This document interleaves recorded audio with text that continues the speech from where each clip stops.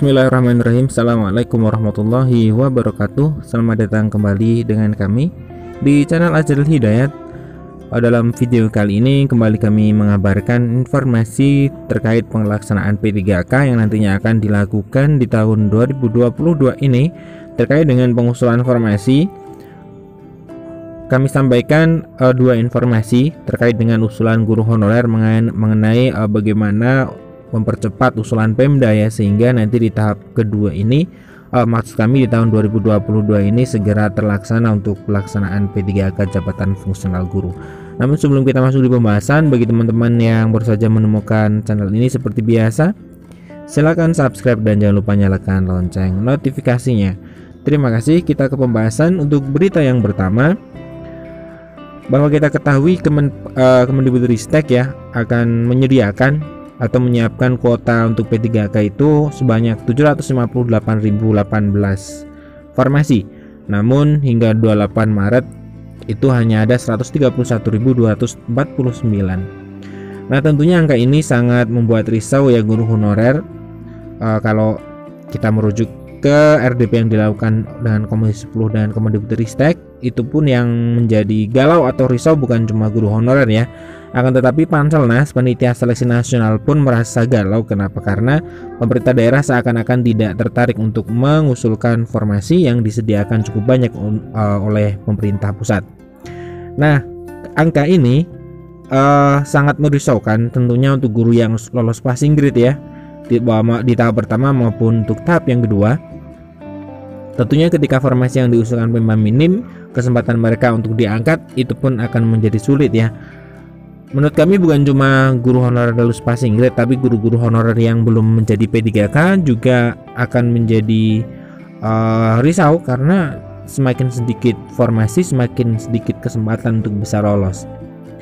Nah, kemudian demi menyelamatkan hal ini, bahwa Forum Guru Honorer K2 Indonesia (PHK2I) itu mengusulkan sebuah kebijakan yang menarik ya, bahwa usulan mereka atau usulan guru honorer ini adalah mengubah pos anggaran gaji dari P3K yang awalnya ditransfer melalui dana alokasi umum dan berpindah ke dana alokasi khusus atau DAK non fisik.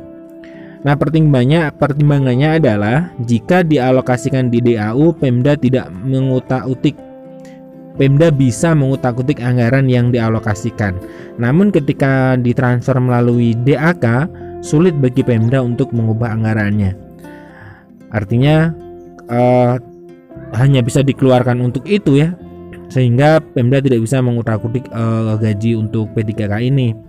Nah, ada saran nih buat Kemenkeu, kemudian Kemendikbudristek, sebaiknya pembayaran gaji itu lewat P3K ya, itu jangan lewat DAU. Dudi menyebutkan sifatnya DAU itu umum, maka daerah justru salah diartikan. Pemda berpikir tidak ada dana untuk gaji P3K.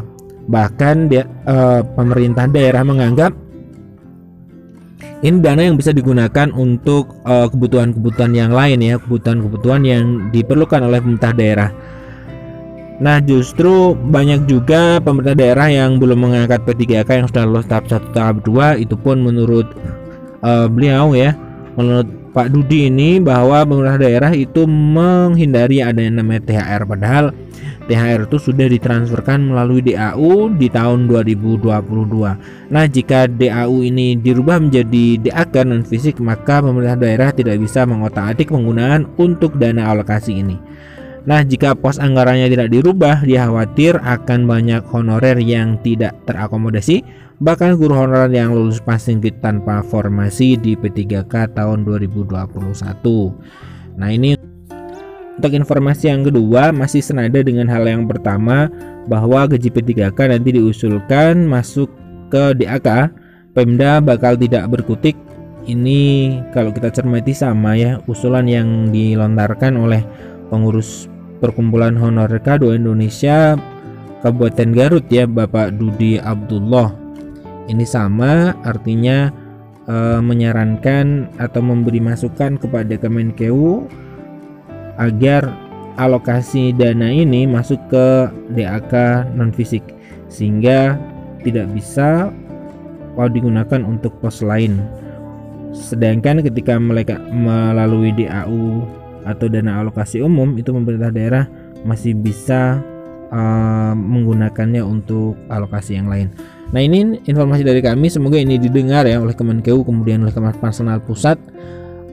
Dijanjikan bahwa Panselnas juga akan melakukan rapat koordinasi dengan pemerintah daerah.